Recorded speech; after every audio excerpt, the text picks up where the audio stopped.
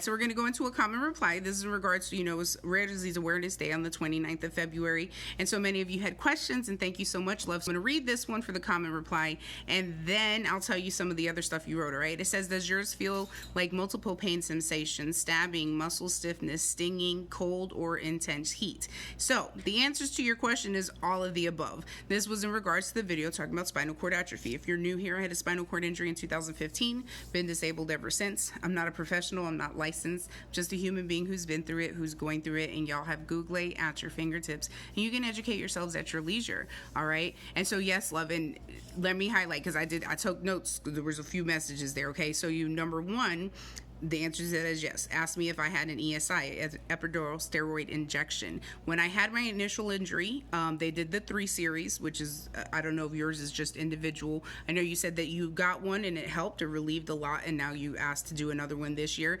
It is completely normal for people who have the cortisol or steroid injections, whether it's their knees, their hips, the ESI in the back, the cervical area, and it does work. I mean, there's that percentage of people it works for. For me, as I mentioned, things don't work. Unfortunately, my liver decided that it doesn't like to metabolize narcotics or analgesics. So when I do the ESIs or any other types of like RFAs and stuff to the nerve endings, they're done without that stuff. But that's what the plant's for. So you get you a nice strong indica, and it's not going to be perfect, but that's the best we could do. And if you're also not wanting to put all that extra anesthesia into your body, it doesn't hurt to try. I mean, can the pain get worse? For me, it can and it will, but we manage it, right? Another thing you said is that because with all these symptoms and learning so much, is that you felt like you were walking through this alone through the whole process. And believe me when I tell you, I can empathize with that, because it can feel very lonely, especially if doctors are not listening to you.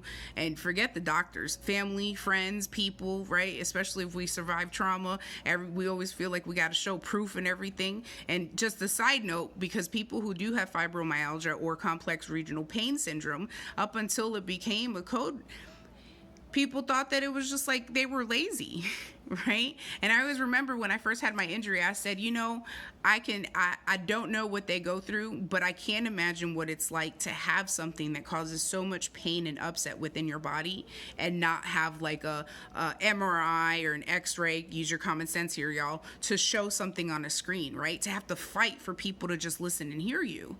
And then I'm like, here I have all these scans, everything that shows it's right, but yet I still gaslight myself thinking maybe it's not true, maybe it's not okay. And it's still having to deal with having to prove yourself for people not understanding what it has to do with. So it can feel very lonely, but I know that I see you and that I hear you. You can ask all the questions you want, because you said you can ask. And in the comments, y'all too, because these are symptoms when people have them.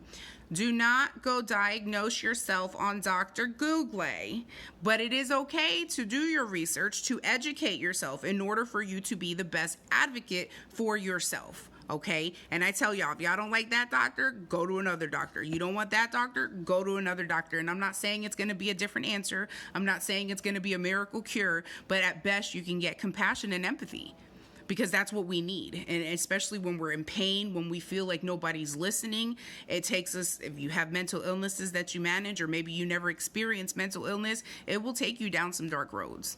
So you're doing great, okay? And you keep going, and I'm here. You can ask questions, fill me in on what's going on, especially if after you have your next ESI. And I hope this helped a little bit. And for all of you out there, just remember that you're not alone. We're in it together, and I love you.